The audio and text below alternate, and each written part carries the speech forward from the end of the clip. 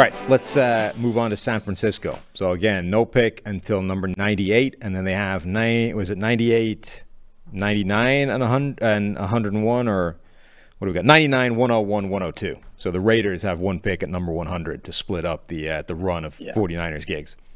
Yeah, the Dolphins and Tom Brady had to screw up the stupid numbers this year. Thank you for that. Mm-hmm. But 99, 101, 102, interesting spot to be. Because you can kind of you got the Raiders in between you there, but you can kind of target three guys right away that you want. Right. Once you get on the clock. To me, I don't know if this happens at this point, but Chandler Zavala, NC State guard. First, he's on the board, boom, running in, first pick, heck of an athlete, can play, played in an outside zone scheme at NC State. You just plug and play right guard for you. Second pick, 101, Blake Freeland. BYU offensive tackle, not a plug and play by any means, but you're not finding a plug and play tackle at this point in the draft, but he's a heck of an athlete, a guy who can really move. And again, a guy who played outside zone scheme at BYU, going to go to Kyle Shanahan's offense in the run game, where that was his strength. Freeland was a monster in the run game because he is so athletic, because he is so quick off the line. You're going to have to protect him in pass pro. Probably not a year one starter type of guy, but again, beggars can't be choosers at pick 101. And then at pick 102, you are held up as the best organization, one of the best organizations for developing defensive linemen. I think this is a great spot to draft one of the pure developmental picks in the draft along the defensive line. And that to me is Andre Carter from Army. I think he really fits the bill in terms of obviously traits to develop.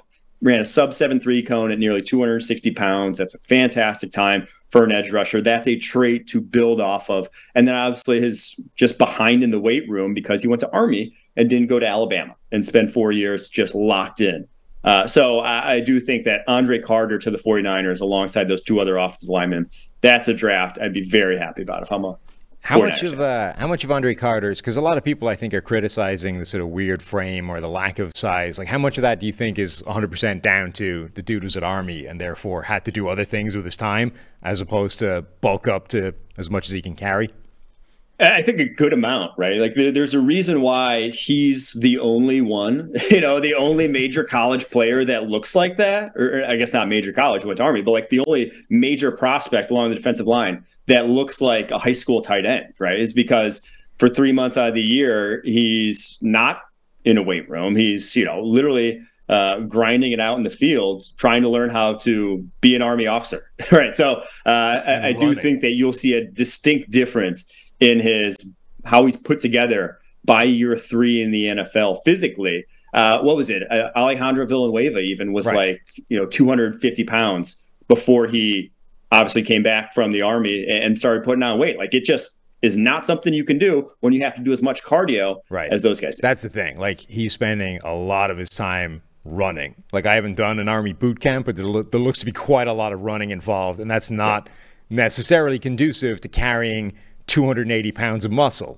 Even if you had it to start with, you're probably losing it the second you've got to run miles and miles and miles every freaking day, carrying a pack or whatever. So I would imagine, I think it's important because a lot of people that's the big criticism you hear about him, right? Is he's relatively lightweight, doesn't necessarily make some of the plays that you think he should, given the frame or some of the athletic measures. But if you transform that body into something different over the course of the next 6 months, you're probably talking about a very different prospect. So I like that as a landing spot for them.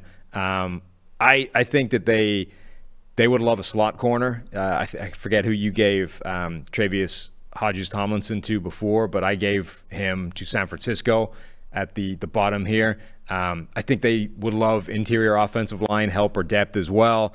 So all the guys that we talked about before slipping, again, would be ideal. And then I'd love them to keep sort of future-proofing that receiving core. We've been talking about how are they going to afford to keep all those guys together. Would they listen to trade offers for a Brandon Ayuk?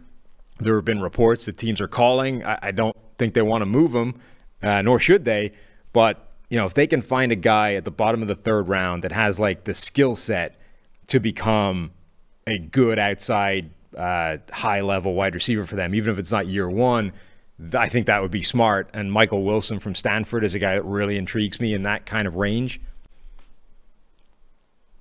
I do wonder secondary-wise where they would want to add, because Samuel Womack, 5th rounder last year from Toledo, I thought he was showed something in the slot.